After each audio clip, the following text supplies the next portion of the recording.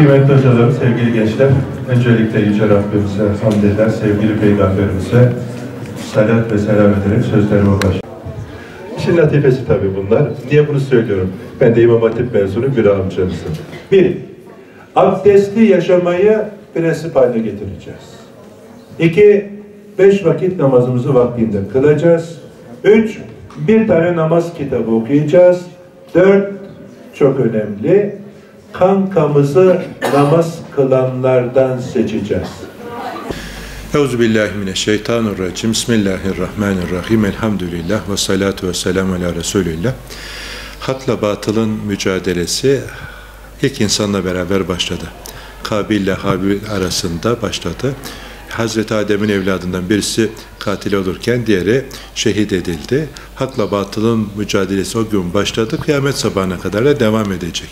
Sevgili Peygamberimiz sallallahu aleyhi ve sellem Medine-i Münevvere'ye geldiğinde ilk Medine İslam Sözleşmesi İslam Devleti'ni kurduğunda ilk yaptığı işlerden bir tanesi Yahudiler mahallesindeki olan pazarı Müslümanlar mahallesinde kurarak ve de daha cazip bir imkanlar sunarak Müslümanlara ekonomik özgürlüğü ve diğer milletler olan ilişkilerine dikkat etmelerini öğütledi.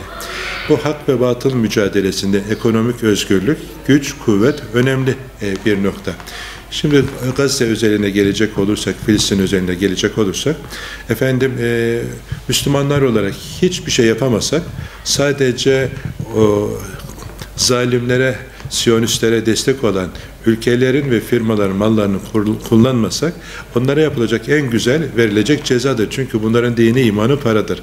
Ekonomik olarak sallandıkları zaman mutlaka o ekonominin düzelmesi için diğer tarafa baskı yapacaklardır. Mesela yakın tarihimizde, yüzyılımızda Hindistan diyarında Gandhi bunu başarmış. Bir Müslüman değil ama adam kendi ülkesinde üretilenler haricinde işgalcilerin ürünlerini kullanmama noktasında bir irade ortaya koyuyor, öncülük etmiş ve işgalci İngilizleri memleketinden sürmüş.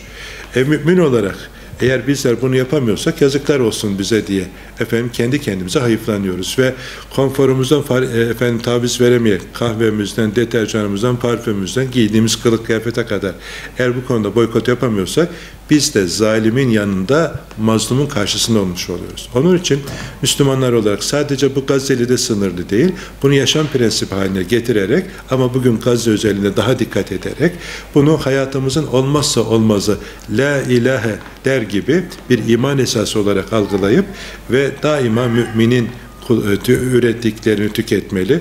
Bazen biraz farklı bile olsa. Çünkü bu boykot sürecinde marketlerde falan zaman zaman gördük. Dün 200 lira olan ürünü 100 liraya kadar indirerek yine ayakta kalmak için böyle bir çalışma yaptılar. Buna da aldanmadan, kısa menfaatler gözetmeden boykot noktasında Müslümanlar olarak diri olmamız ve bu konudaki bilincimizi daima diri tutmamız ve gündemden düşürmememiz en önemli mümin olarak vazifemiz olarak görüyorum ve bu dönemde daha dikkatli, daha gayretli olmamız dini bir gerekliliktir diye bizi seven bütün kardeşlerimize ve nefsimize hatırlatırız. Allah-u Teala Hazretleri zalimin karşısında, mazlumun yanında hem maddi hem manevi olarak yer almayı bizlere nasip etsin. Yoksa ahirette hesabımız çetin olur.